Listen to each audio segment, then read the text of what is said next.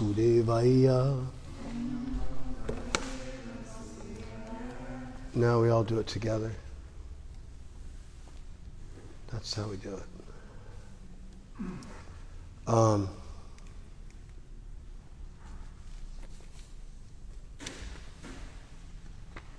We're on chapter 9.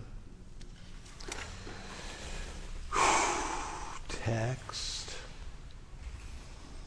13.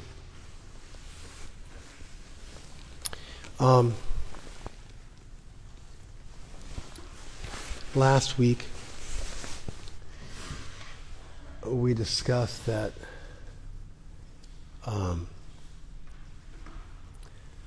there isn't really a concept of evil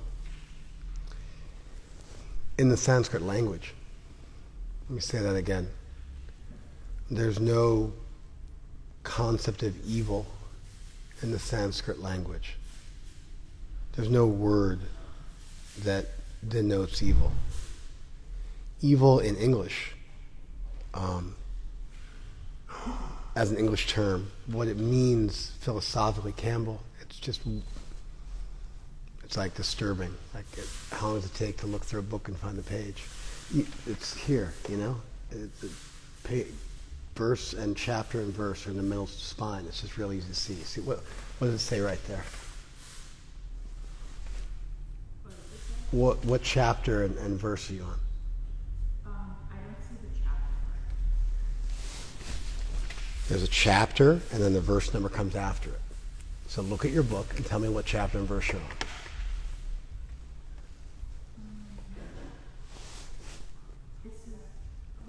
Just stop. I'm totally competent to talk to her. What's the number? 9.12. Sorry, I didn't see that up there. Okay, well, you see it now, right? For the rest of your life, when I tell you where to go, look there and flip quickly to the page and verse. All right? All right, good.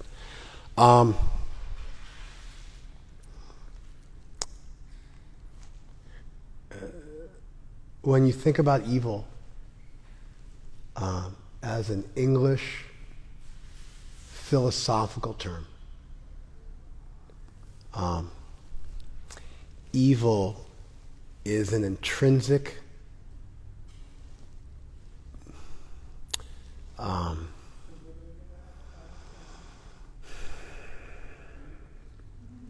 fundamental nature. It's a basic category of existence. So if you divide the world up into two parts, and one of those parts would be good and one of those parts would be evil, it's the product of a dualistic worldview, and a dualistic worldview where there are two fundamental qualities: light and darkness, good and evil. And so it comes out of this dualistic worldview, and when people think about someone who's evil, they think about someone who is fundamentally bad. And really there's no redemption for such a person because they are fundamentally bad. They're made of badness. Therefore goodness isn't in them. Like if you let's say take a piece of coal and you're like, this coal is really dirty. Okay, let me just keep washing it. And eventually I'll wash the coal off and it won't be black anymore.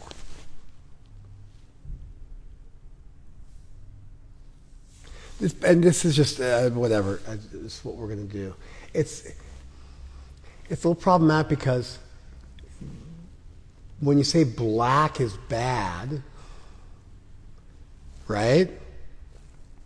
That's a problem because some people are categorized as having black skin, although nobody really has like ink black skin. People have brown, various shades of brown skin, golden skin, what have you. Even people from Africa have various shades. South India, it's not like pure black. But the problem is when you talk about black and dark and night and danger, it's not that like night where it's dark and you can't see isn't more fearful than light where you can see it. It is actually fearful. You follow? And then dirty things, right, are usually like have like like mud or dirt or soil, and they're black. And you wash them until the black soot dirt comes off of them. And so the association of black with bad is not merely based on some kind of arbitrary racial categorizing, where like white people said black was wrong. No, like black is dirty. Dirty means unclean and contaminated and inedible, and you'll get sick if you eat it. And if you drink black water, you'll get sick because the black water is not clear. And so muddiness and dirtiness and blackness and darkness being associated with things like danger or contamination or a lack of purity or a lack of potability, which means drinkability, or a lack of healthiness, that's reality. You follow? So ideas like black is beautiful, and of course Krishna literally means black. So it's not like this didn't get navigated and wasn't nuanced in the Vedic worldview. Our term for God, the primary meaning, if you look in the Sanskrit dictionary, for the word Krishna, the primary meaning of that word is black. And a secondary meaning is God. The primary meaning, when you see Sanskrit literature and the word Krishna occurs, it primarily means something black. It's used as an adjective for something black.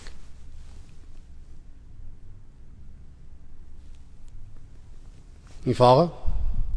So it's not that there can be room for black is beautiful. There's room for that. And then there's also a necessity of associating blackness with unclean, unhealthy, dangerous things.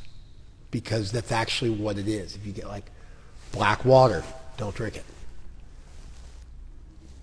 When it's dark out, then you're in more danger. Way more crimes happen at night than during the day.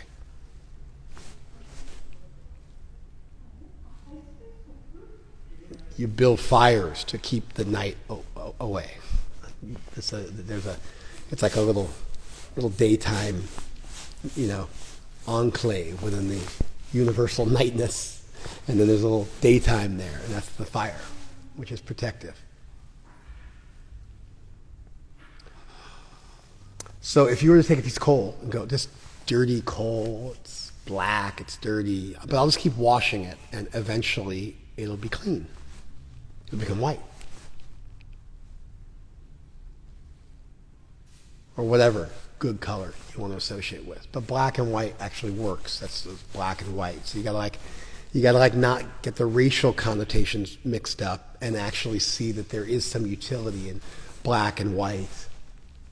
These kind of simple dichotomies. You follow? White snow, you're good to go. Yellow snow, not as good as white snow. Yellow snow means somebody urinated in it. Follow? It's not like, just get to pick your color. Blue's bad color for food, universally. They've done studies. No one's hungry when they see blue. Why? Because blue in nature is never associated with edible things for human beings. I mean, very rarely. Red universally means danger. Let's get that door. Thank you. Oh, we're good. Red universally. See, there's cultural color decisions which are made. Envy in Germany is yellow. Envy in the U.S. is green. Is there a reason why green is more envious than yellow? No. It's cultural. Red, danger. When you see red in nature, danger. When animals see red in nature, danger. Red is also the color of blood once it hits oxygen. Danger. Fire, danger. That's the reason why in every country of the world, red is the color of danger. It's a universal. Some of them are cultural, some of them are universal. And black and white isn't just cultural. As I mentioned, white snow is good. Black snow, not so good. So you get that piece of coal, and you're thinking, keep rubbing that coal, washing that coal, and it's going to finally get white. Doesn't happen. The coal is fundamentally, it's made of carbon. This is what it is. It's just straight black all the way through. And the more you rub it, the more black gets all over your hands, and by the time there's no more black on your hands, there's no more coal, because there is nothing but blackness in coal. That is how philosophically good versus evil is when you think about it as a philosophical category, because it is the counterpoint to good. It's an innate quality. And that's how people think of it. And the ultimate personification of evil is the devil, who's just evil personified. You can't open his heart and then there's some goodness in there. And he had a bad, of course the devil did have a bad childhood, He was an angel. Being an angel sucks. Half the time you're envisioned as being castrated. That would suck, right? And there's not a lot of free will going on for those angels. Anyway,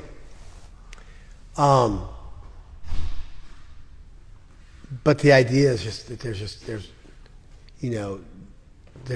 if you look at the way the concept has evolved in the West, in Dante, and in Milton, Paradise Lost, Dante's Inferno, these books, these kind of really important books actually, when you think about the way people think about these ideas even now. Evil it doesn't wash off.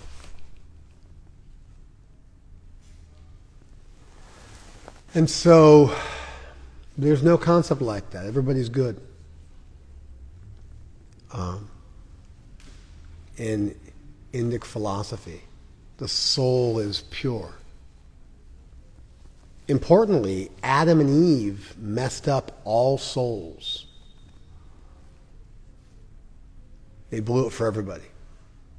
And every soul subsequently was contaminated with original sin. Original sin is the sin of Adam and Eve. And so, we might not even ever study this, but you're raised with it. It's in cartoons and comic books. And it's part of our, what would be called a plausibility structure. It's kind of an unquestioned belief system that you inherit socially. But you're raised with it.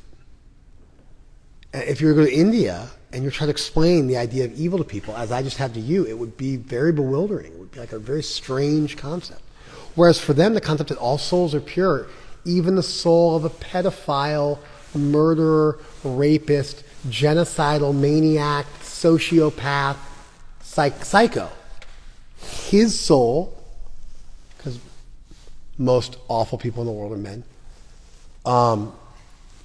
it's just statistically speaking. When you get into when you talk about psychotics and serial killers and genocidal maniacs and rapists and pedophiles, it's unfortunately, violent crimes also, across the board, way more often committed by men than women.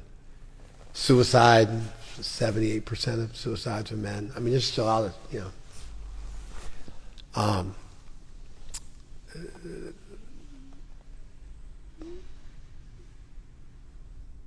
if you were to ask somebody, the pedophile, rapist, murderer, despotic, genocidal, psychopathic, sociopathic, serial killer, torturer. Is his soul as pure as yours? Like just your average Hindu, like rickshaw driver. Yeah, his soul is pure as mine. Do you follow? Now that leads to a natural question. It boggles the mind, and it leads to a natural question. And you should all know what the question is. You should all understand why it boggles the mind, because it should boggle your mind. And you should be able to explain to me right now why that boggles the mind, and why it leads to a natural question, and why it's disturbing, and why it requires a further explanation. And that is because I can't hear you. You got to say it really loud. Innately, everyone is good, or innately the soul is pure. That's what I just said, but I'm saying that creates a problem. You can't just say what I said that created the problem as the problem, because I need you to explain what the problem is, because I just said what you said, and I said that created a problem, and the problem is... Where does evil come from then? Yeah, sure. Where does the thing you just described come from? Sure, that's fine. It seems really simple, yeah? I'm sorry? Yeah, you're answering the question, which is great. The problem is, if there's no innate inherent difference between me and him, then that means I'm capable of those things. Yeah, it's like, I'm better than you. You're this evil, genocidal maniac. I'm not. I'm a pious person. And so I have to make a distinction between you and I. And when you start saying your soul is as pure as me, it starts to blur the lines where I need a strong distinction. Do you see how it's like disturbing to me that you guys didn't all get this? This is so obvious. How could you not have understood that that's the immediate problem created? I was raised a Hare Krishna as your excuse. Fair enough. Don't answer the question next time. You get it? It's critical. It's critical. She was also raised a Hare Krishna. Draupadi was as well. He managed to figure it out. So there you go.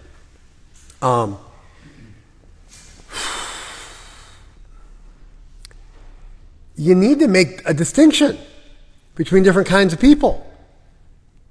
And the distinction for us is, you're worse than me.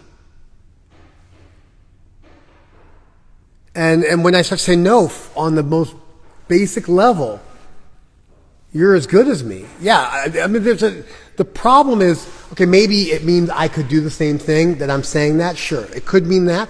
It could also mean that I'm saying that you're not really so bad, and there's actually nothing really wrong with what you're doing, and there's no fundamental difference between us. And I need there to be a difference, because I need to put you in a box, and you've done such awful things. It can never be that we're the same.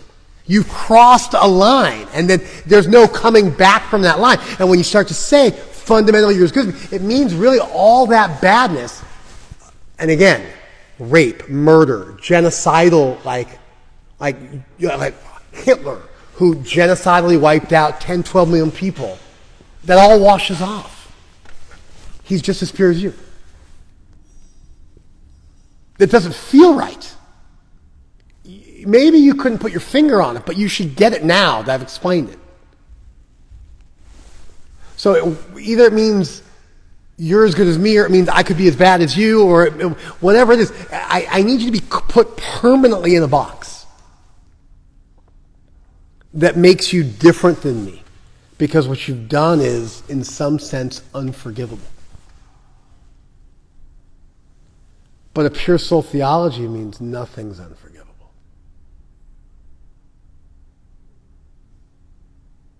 You get it? And so it disturbs people. It's less easy.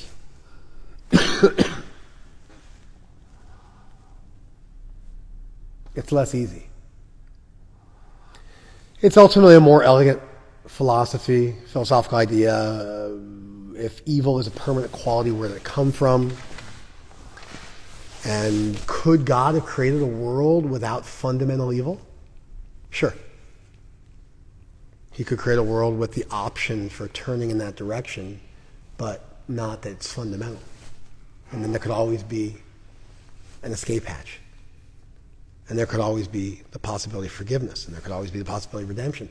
And there could never be a permanent hell. And there could always be an opportunity for growth and learning and forgiveness and redemption.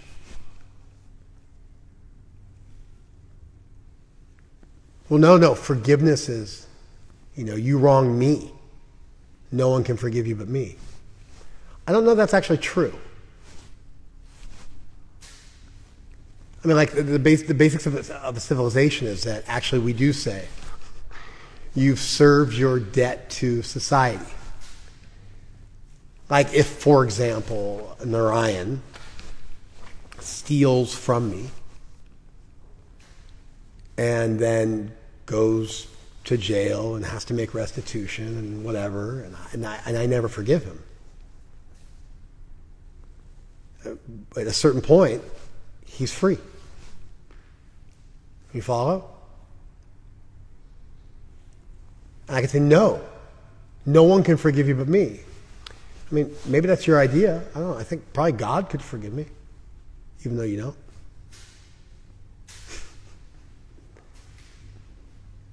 The person by whose grace you exist and who you're dependent on for everything, forever, for all time, along with every single thing in the universe. It would seem like God would have that. Like you're not more powerful than God, and you follow? And so that whole idea also I'm not sure I agree with. And in fact, to run a civilization, you can't do that, because then people can just get really petty and be vindictive and just never forgive you forever. And pettiness is such an unattractive quality. Resentment and pettiness and bitterness. It past a certain point, it becomes vindictive and just self-perpetuating and just becomes a black hole. Again, there's the word black, right? And so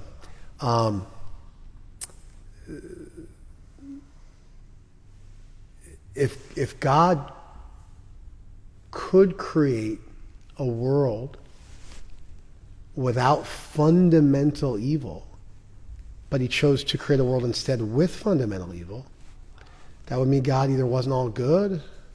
And what do you mean it wasn't all good? Because an all good God would want to create a world without fundamental evil. An all-powerful God could seem to very reasonably create a world without fundamental evil. And our solution for that is it's ignorance. It's ignorance. And ignorance washes off with knowledge. And that's why goodness in the Gita is associated with knowledge. And ignorance is associated with sin. And there's solutions. There's solutions. You can become enlightened because that's your fundamental nature, and you can find knowledge within yourself because it's actually part of you. You can find joy within yourself because it's part of you. Antar sukhi, inner happiness. Sukham atmani vindati. You can find happiness within yourself. Atmani eva atmanatushta. You can find satisfaction in the self by the self. And so this kind of language is used because that's the worldview of these people.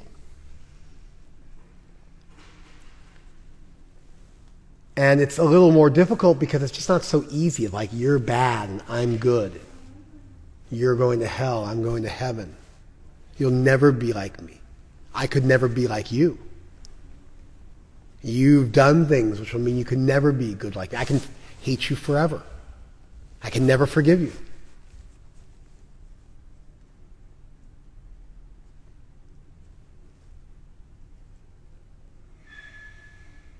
So some people are like, you can't order me to forgive you, or you can't make me forgive you. No, but you're just, at some point, your lack of forgiveness is just some kind of punishing yourself, and it just becomes childish and vindictive. And it demonstrates a lack of growth. And of course, you can also forgive people and put them in prison.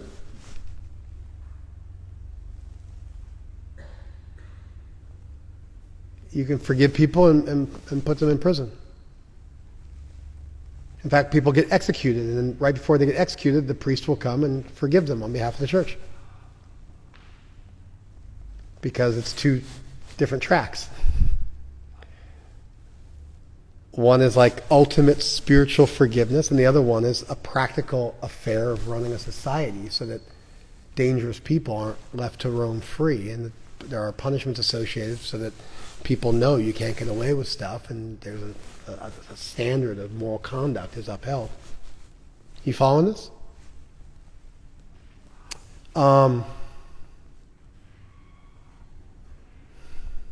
Okay. So now that we've wrapped our head around that, let's go back to chapter 9, text 12, one verse before, and look at the last quarter of the verse where it says, Prakritim mohinim ashritaha. You see that? Prakritim mohinim ashritaha. You see that? Okay. That means taking shelter of the illusory energy, of the beguiling energy. Mohini means, comes from mu, which means confusing, but mohini means bewildering, beguiling, deluding. Prakriti means nature. Ashritaha means taking shelter. Sheltered under the illusory energy. And that's Krishna's description of evil people. They turn towards and taken shelter of the illusory energy. And now, like what normally happens in the Gita, is when you introduce that this is like one option, then the next thing you do, I'm actually like, even with my words and cadence and everything, I'm really making it easy for you to answer this question. I'm going to explain this side, and then what's going to happen next, I'm going to explain the other side. Yeah, I mean, if over 6 years old, you should have been able to figure that one out just by me going. And that's what Krishna's going to do.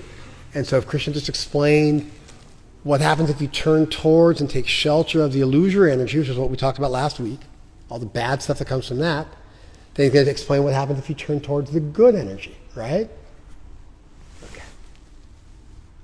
And so that's Mahatmanas tumam parta daivim prakritim ashrita. So this is that same prakritim ashrita is there. Look at the words. It's the second half of the first line. Daivim prakritim ashritaha. And so it's the same words, prakritim ashrita, taking shelter of the nature, but this is daivim prakritim. This is taking shelter of the divine nature.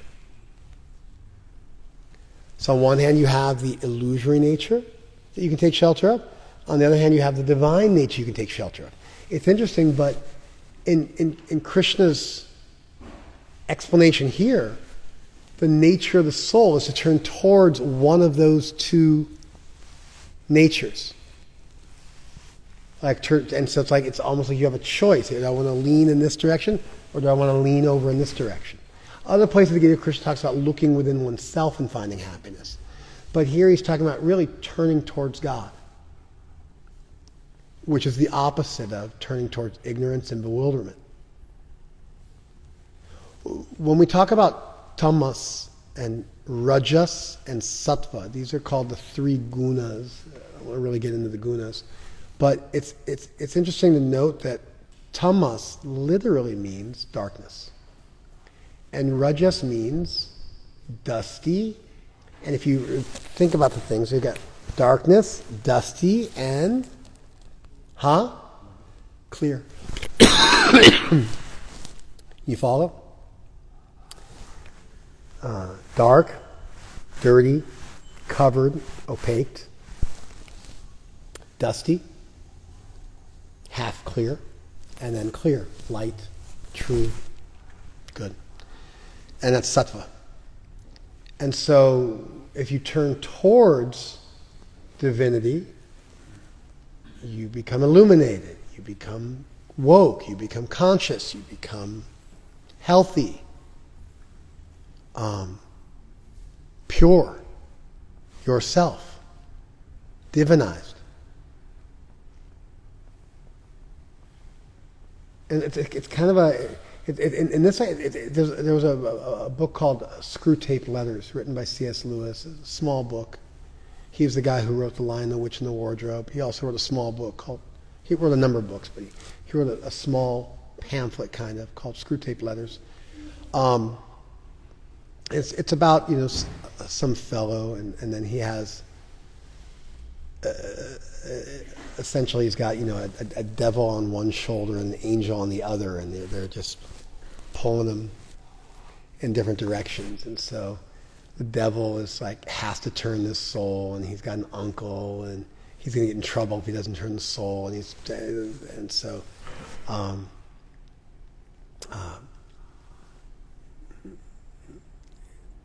and that kind of devil angel, there's Hell's Angels. You heard that one, Hell's Angels?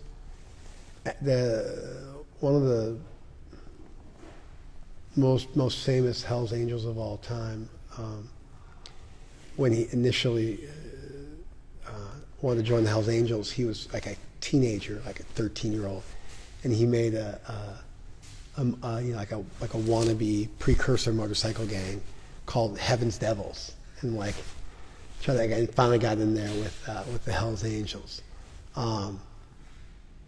and so this whole idea of a devil on one shoulder and an angel on the other, and an angel with horns, or a devil with wings, and this is it's a very, very popular trope in literature and in art and in song, because why would it be such a popular theme? Answer this question is just so obvious, and I lose faith in you guys every time you can't pick this up. Seriously, sincerely, I lose faith in you guys. Not completely, but I'm definitely what can I say, shocked sometimes in how much you guys underwhelm me. Why is this a repeated theme? Yes? Yeah? Give me a little more. You actually get it. You get credit, but I want you to say a little more. Because it's the nature. It's something you experience, and something which is very common, and you can immediately relate to it because it's the story of your life and the story of everybody else's life. And so when it's something which is part of everybody's experience, then you find it shows up in literature because everybody can relate to it, and therefore it gets referred to again and again. What's your response? I'm looking at you. Me? Yeah. No. Yeah, it's obvious. That's our experience, and I should have understood that immediately. Yeah, it's disturbing that you didn't. What about you? You think of a decision that you know there's a good option or a bad option. Right, but my question is, why couldn't you have figured that out? Why couldn't you raise your hand and just be like, well, the reason why it's a repeated theme in literature is because we all experience it. You? It's universal. Yeah, I know that. She said that, and I just said that. But my question is, why didn't you guys figure this? Sometimes I'm like, hey, 2 + 2 is, and I'm expecting just every hand to go up. And I'm like, okay, yeah, we're going somewhere. And then nobody raises their hands, and one guy's like, 4. I wasn't sure you were supposed to answer the question. Oh, you thought it was rhetorical? I didn't want to interrupt you, so. You thought it was rhetorical? Okay, all right. I'll be more explicit then when I'm not being rhetorical. Fair enough. All right. That makes me feel slightly better about you, nobody else. But at least about you. Because you didn't think it was rhetorical. No. You were just brain fog, right? Yeah. Do you get it, Fernanda?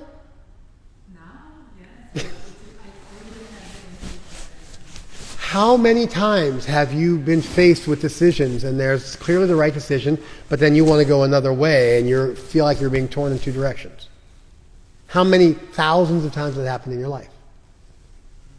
And that's why in all cultures there's this heaven and hell and angel and devil, and the angel with the horns and the devil with the wings, and hell's angels and heaven's devils, and blah, blah, blah, blah. That's why. You follow?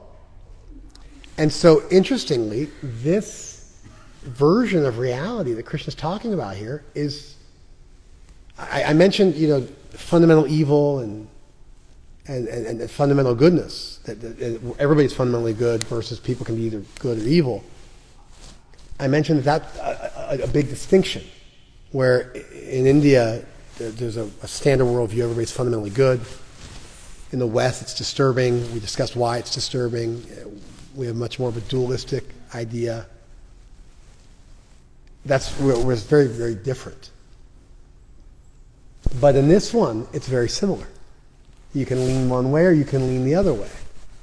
And the language Krishna's using is not something which requires extensive explanation. It's something that is within all of our frame of reference. So, Mahatmanas tumam parta daivim prakritim ashritaha. The great souls, they take shelter in my divine nature. Bhajanti ananya manasa, and they worship me with an undeviating mind. Which is interesting because either they worship me, which is physical worship, with a mental component, an undeviating mind, or their worship consists of their constant positive thoughts about me, and in which case worship could be defined as a mental exercise as well. It could be either way. It could either be a behavioral exercise with a mental component, or it could just be that their worship consists of just thinking of me. Do you follow? At least right now it sounds like that. We're going to keep reading and Krishna will make it more clear what he means. Yatva bhutadim avyayam. Having known me as the original being, the original inexhaustible being. Bhutadim, they were the first among beings, the original being, or the origin of all beings, avyayam, inexhaustibly so. And so, Krishna's explained, having known me to be the original being, having known me to be eternal, the great souls who are sheltered by my divine energy, they don't become deluded. They see everything clearly. And the result of seeing everything clearly is they worship me with an undeviating mind, with an undeviated mind. Those who are not deluded, the great souls, it's interesting, those who are not deluded. So it's not those who are not evil. They're just seeing things clearly. It's an interesting concept, but if God existed, then atheism is delusion. And to see God is to see reality.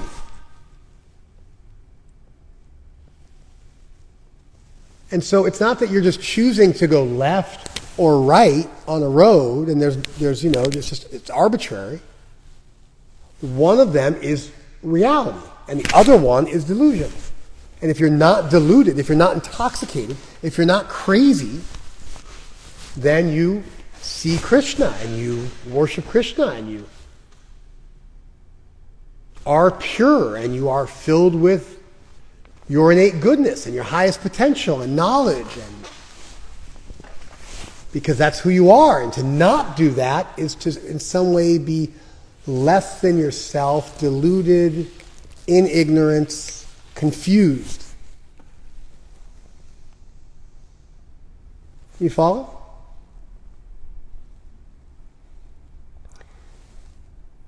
Like, we don't let intoxicated people drive because they can't drive safely. Because they're deluded and they're confused and their vision's impaired and their motor skills are impaired. And if you're not intoxicated, then you can drive because you are capable of driving, because there's nothing wrong with you. You get the point? It's not like, did you go left or did you go right? It's like, are you normal or did you in some ways mess yourself up? So, those who are not deluded, Prabhupada bring in the last verse, who have not taken shelter of that illusory energy, which deludes you. The great souls, or the healthy souls, or the normal souls, or the non-intoxicated souls. They are under the protection of the divine nature. It's cool how Prabhupada uses the protection. Of course, it's not there in the Sanskrit, but it's certainly an accurate point. By taking shelter of Krishna and purity and goodness and the divine energy, you then are protected, healthy, functional, inoculated against illusion.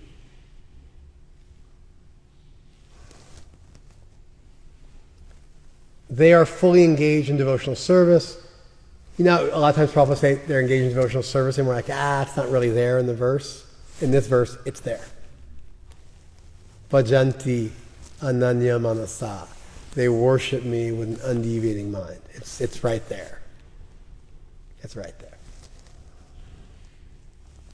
They know me as the Supreme Personality of Godhead, original and inexhaustible. The super smooth translation of Bhutadin, the original being, and inexhaustible, Avyayam. Really smooth English translation of those terms. Those who are not deluded, because they turned towards confusion, the great souls, they're under the protection of my divine nature.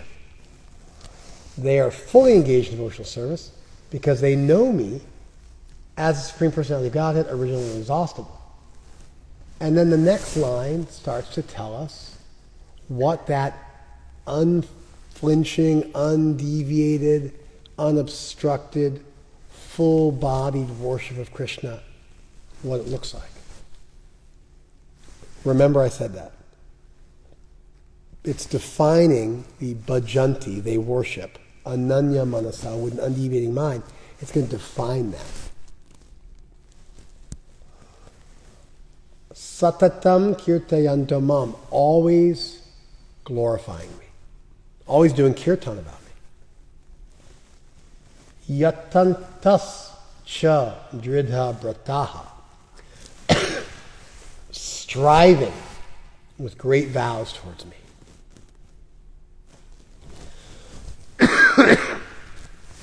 They're striving towards me. And they're committed. They're firmly committed. They have a great vow. They strive towards me. They always do kirtan at me. Namasyantas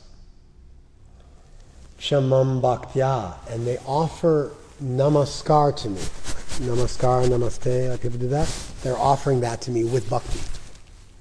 Namasyantas Shamam Bhaktya, and they're offering me their namaste with bhakti. Nitya yukta upasate, and they're always yoked to me, worshiping me. They're always connected to me. Always chanting my glories. Endeavoring with great determination. Bowing down before me. These great souls perpetually worship me with devotion. And that's normal. That's healthy. Because Krishna actually exists. And so people who choose not to be deluded will naturally be attracted to divinity, will naturally reach the conclusion that the worship of God is right and healthy. And they'll see divinity. They'll live in a world of light where everything is clear, where the sun is out, where they can see everything clearly. where there's a lack of confusion. When you meet people who are too confused for too long, it's a sign of an unhealthy person. Some confusion in life is okay. Sometimes you meet people who are just always confused. They can never hold on to anything. We all know people like this. I was hoping to ask you guys questions and have you back and forth, but I'm hoping somebody there understands what I'm saying, because I doubt you guys. But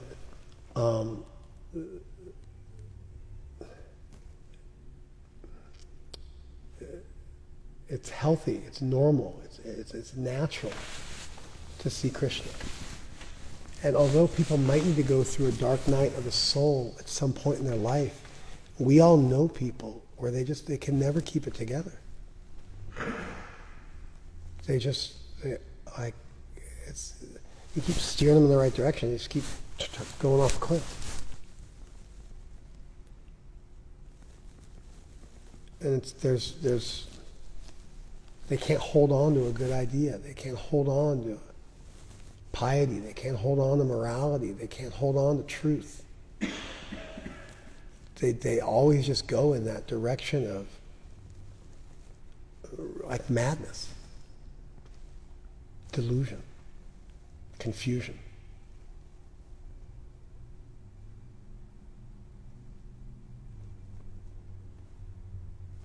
And if you're that person, you should be concerned.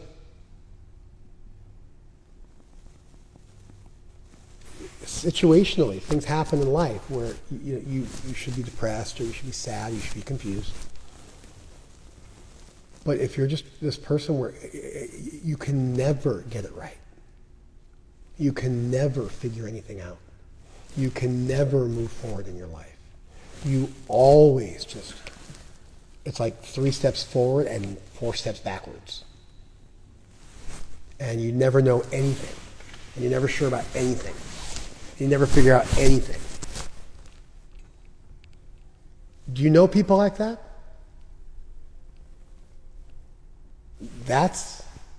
It's a problem. It's almost like a mental illness. It's not normal. And it's not healthy. A person like that, there's something wrong with them. Devotees can't be like that. We have to be healthy. I mean, you can be I'm saying don't ever come back here again or something like that. But you should see that. It's there's something wrong with me. I got to deal with this. You should learn things and grow, and then look back at your life 5 years ago and be like, wow, I've grown exponentially in the last 5 years. I understand reality so much better than I ever have before. Things make so much more sense to me. I can see so much further. I'm not plagued by the same things I was plagued by. If you're under the age of 20, none of this counts. Under the age of 20, it could be I'm worse than I've ever been. And we're yeah, no problem. It's puberty. It's cool. No sweat. 25. I'll even give you 25. Even up to 25. Seriously. Even up to 30 maybe. I might even go to 30. Because people mature at different levels and things happen, and you got big stuff comes up from your childhood. You can't even deal with it until you're 25 or 30. You need some space. But I'm 51. And so those times in my life are no longer there. A lot of things have been settled.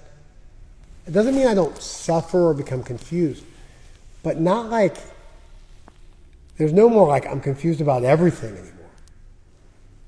I've got most of it on lock. And I'm still learning and getting better, and I'm wow, I really suck, because I'm I thought I was almost there, and I realized I still got a long ways to go, and there's still a lot of growth I need to make. But it's not that everything's up in the air.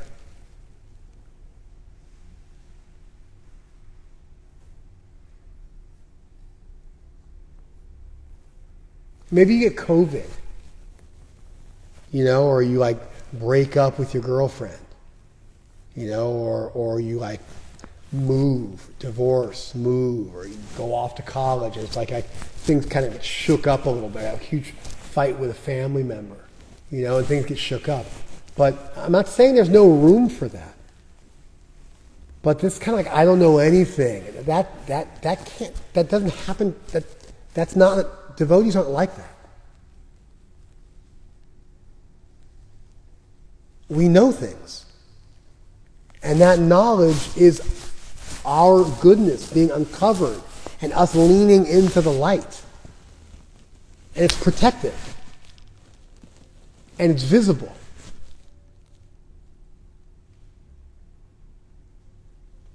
And if something happens to a devotee, they bounce back. They're like a rubber ball.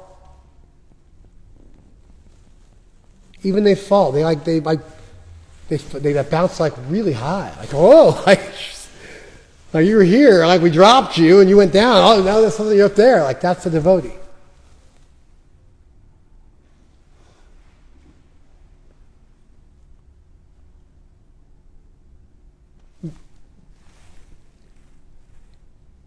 You find peace, you find truth, you find knowledge. It's there. It's reality. You're not deluded anymore. You see things clearly. You're happy. You're peaceful. You're knowledgeable. It's not good versus evil. It's like a very practical thing. You've turned towards the light. Therefore, you're not in darkness anymore. Therefore, you see things. Things make sense. One of the things you see is you see Krishna.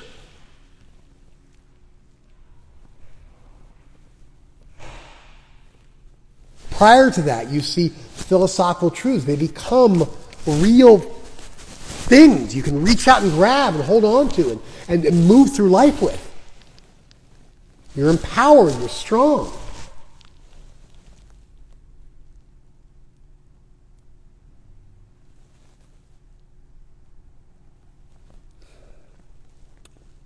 It's not just hypothetical.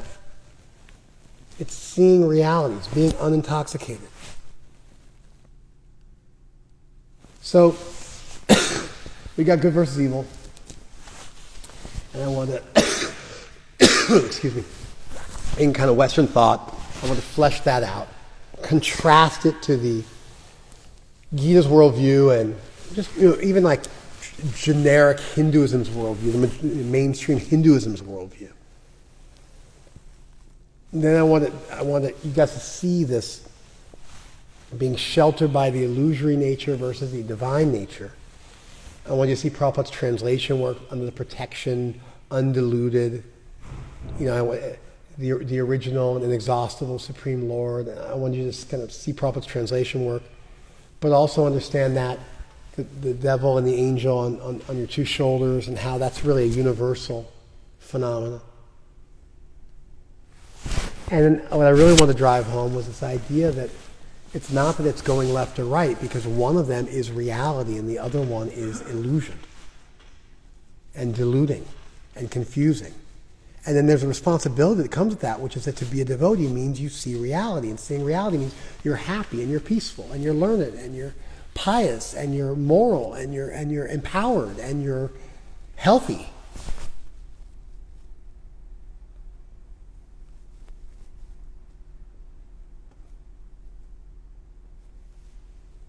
And sometimes you meet people and they can't hold on to anything. And it's like, that's a mental problem. Or it's indulgent. If it's indulgent, stopping a child, and if you really can't hold on to it, it begins to call into question your advancement and your stability in devotional service and your healthiness as just a person. We're attracted to people who have some growth and some stability. And you meet these people in life where everything is like paper thin and they just fall apart like a cheap suit. And it's one of the most repulsive qualities you can imagine in a person. And it's totally forgivable for people who are under 20 or 25 or 30 or people in a bad moment.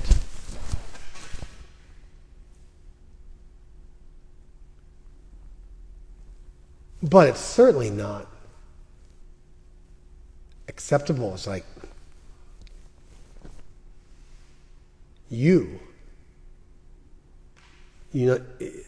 as you, where you live. And it becomes less acceptable the older you get. You're supposed to become wise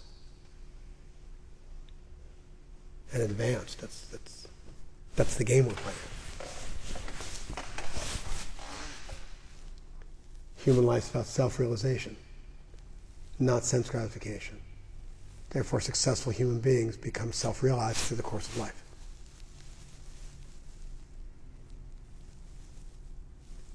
And this is why when you guys can't follow what I'm saying, it's disturbing to me. Because I'm a good teacher. And I'm not teaching super high stuff either. I can teach high stuff. Then you're like, well, who am I teaching? Like, you guys can't even understand low stuff. So how can I teach high stuff? But you got to follow. And when you can't follow even the simple stuff I'm saying, it's disturbing because it's indicative that you are deluded and ignorant and foolish and intoxicated and diseased and mentally unwell. That's why you got credit. You didn't say it nicely because you said, you didn't say because it's a universal truth that everybody experiences, therefore it shows up again and again in art and literature. You didn't say that, but you said because we see or because it's universal. You said something like that. So I knew you knew it. It was just that you're not super expert at expressing yourself. But it was very clear you had the right point. I can always forgive that. I can always forgive a lack of articulation. It's the lack of cognition that I find alarming. And so you guys got to bring an A game because what we're doing here is we're becoming enlightened. Because that's our natural state. Because Krishna exists. And if you acquire knowledge, it doesn't desert you. And you become happy and peaceful. You know those like that pettiness you suffer from that irks you and follows you around and you can't get rid of it? You know what I'm talking about? You know who you are. And or that confusion and that hopelessness and that pathos and that depression and that sadness or bitterness or vindictiveness or small-mindedness. Those are actually a problem. It's not just you. That's not just part of your personality. That's not. That's an intoxicated, illusioned state of existence. It's not healthy. Not normal. We all know that. We got to take inventory. That's got to go. I'm watching. If you're sick and you have a fever, you're looking. Is my fever going down? Did my fever break? Is my cough dissipating? Are my lungs clearing? Am I getting more energy? Is my appetite coming back? Is my taste coming back? You look for these symptoms and you know you're getting healthy. And if those symptoms remain and they never go away, it's whoa, I've got a chronic illness.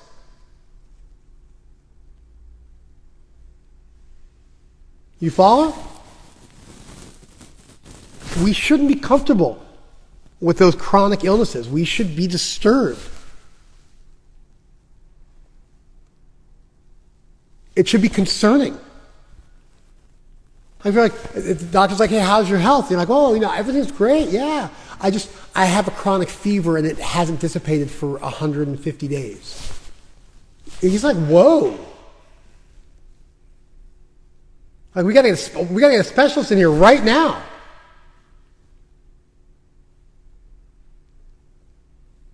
We should look at life like this. Over the course of our life, we should become more and more healthy, more and more self-realized. If we're not, we're doing something wrong and it needs to be addressed. It needs to be addressed.